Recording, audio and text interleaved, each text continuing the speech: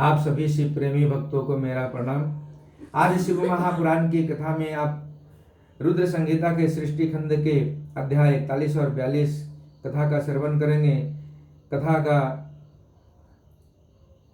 नाम है भगवान शिव का दक्ष को अपनी भक्त वत्सलता, ज्ञानी भक्त की श्रेष्ठता तथा तीनों देवताओं की एकता बताना, दक्ष का अपने यज्ञ को पूर्ण करना, सब देवता आदि का अपने अपने स्थान को जाना, सती खंड का उपसंहार और महात्म्य। ब्रह्मा जी कहते हैं, नारद, इस प्रकार श्री विष्णु के मेरे देवताओं और ऋषियों के तथा अन्य लोगों के स्तुति करने पर महादेव जी बड़े प्रसन्न हुए। फिर उन शंभु ने समस्त ऋषियों, देवता आदि को कृपा दृष्टि से देखकर तथा मुझ ब्रह्मा और विष्णु का समाधान करके दक्ष से इस प्रकार कहा। महादेव जी बोले, प्रजापति दक्ष, मैं जो कुछ कहता हूँ सुनो। मैं तुम पर प्रसन्न हूँ, यद्यपि मैं सबका ईश्वर और स्वतंत्र हूँ तो भी सदा ही अपने भक्तों के अधीन रहता हूँ। 4 प्रकार के पुण्यात्मा पुरुष मेरा भजन करते हैं। दक्ष, प्रजापति उन चारों भक्तों में पूर्व की अपेक्षा उत्तरोत्तर श्रेष्ठ है। उनमें पहला आर्त, दूसरा जिज्ञासु, तीसरा अर्थार्थी और चौथा ज्ञानी है। पहले के 3 तो सामान्य श्रेणी के भक्त हैं, किंतु चौथा का अपना विशेष महत्व है। उन सब भक्तों में चौथा ज्ञानी ही मुझे अधिक प्रिय है। वह मेरा रूप माना गया है, उससे बढ़कर दूसरा कोई मुझे प्रिय नहीं है। यह मैं सत्य कहता हूँ। मैं आत्मज्ञ हूँ। वेदांत के पारगामी विद्वान ज्ञान के द्वारा मुझे जान सकते हैं। जिनकी बुद्धि मंद है वे ही ज्ञान के बिना मुझे पाने का प्रयत्न करते हैं। कर्म के अधीन हुए मूढ़ मानव मुझे वेद, यज्ञ, दान और तपस्या द्वारा भी कभी नहीं पा सकते।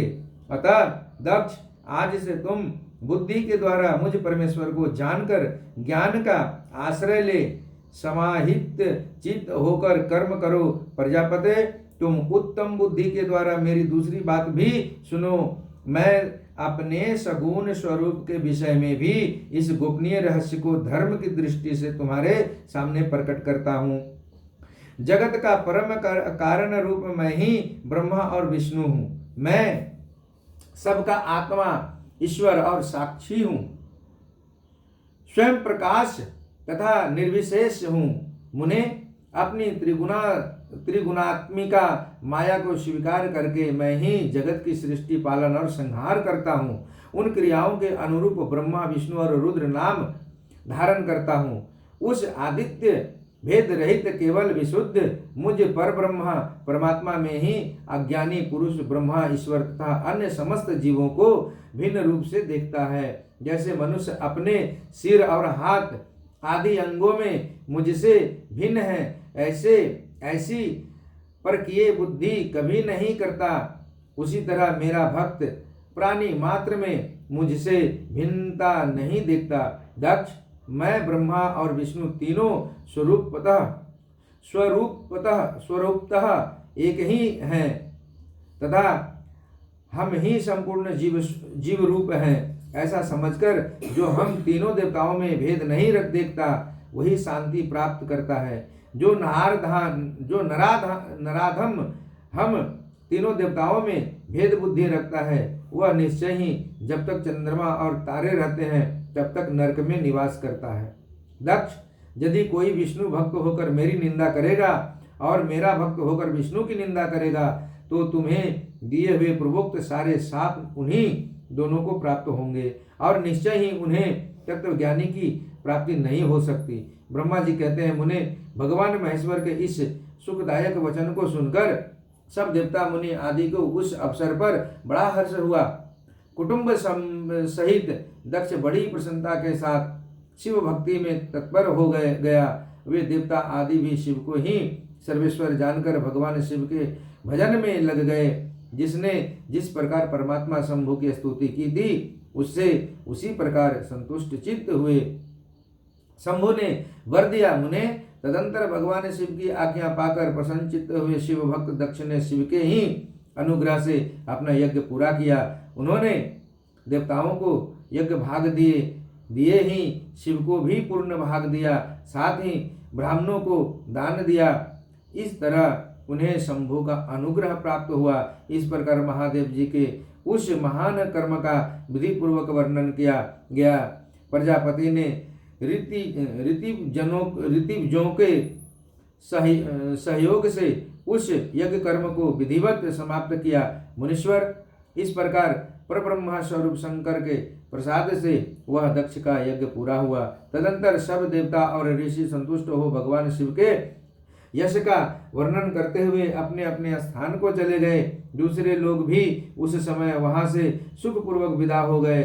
मैं और श्री विष्णु भी अत्यंत प्रसन्न हो भगवान शिव के सर्वमंगलदायक शिवश का निरंतर गान करते हुए अपने अपने स्थान को सानंद चले आए। सत्पुरुषों के आश्रय भूत महादेव जी भी दक्ष से सम्मानित हो प्रीति और प्रसन्नता के साथ गणों सहित अपने निवास स्थान कैलाश पर्वत को चले गए। अपने पर्वत पर आकर शंभु ने अपनी प्रिया सती का स्मरण किया और प्रधान गणों से उनकी कथा कही। इस प्रकार दक्ष कन्या सती यज्ञ में अपने शरीर को त्याग कर फिर हिमालय की पत्नी मेना के गर्भ से उत्पन्न हुई, यह बात प्रसिद्ध है। फिर वहां तपस्या करके गौरी शिवा ने भगवान शिव का पति रूप में वर्ण किया। वे उनके वामांग में स्थान पाकर अद्भुत लीलाएं करने लगे। नारद, इस तरह मैंने तुमसे सती के परम अद्भुत दिव्य चरित्र का वर्णन किया है, जो भोग और मोक्ष को देने वाला है तथा संपूर्ण कामनाओं को पूर्ण करने वाला है। यह उपाख्यान पाप को दूर करने वाला है, पवित्र एवं परम पावन है, स्वर्ग यश तथा आयु को देने वाला है तथा पुत्र पौत्र रूप फल प्रदान करने वाला है। तात, जो भक्तिमान पुरुष भक्ति भाव से लोगों को यह कथा सुनाता है, वह इस लोक में संपूर्ण कर्मों का फल पाकर परलोक में परम गति को प्राप्त कर लेता है। आज की कथा गुरु की चरणों में यहीं समाप्त करता हूँ। रुद्र संहिता का सती खंड संपूर्ण हुआ। अगले वीडियो में आप आगे की कथा सुनेंगे, रुद्र संहिता तृतीय पार्वती खंड। तब तक के लिए आप सबको मेरा फिर से प्रणाम। नमः शिवाय, नमः शिवाय, नमः शिवाय।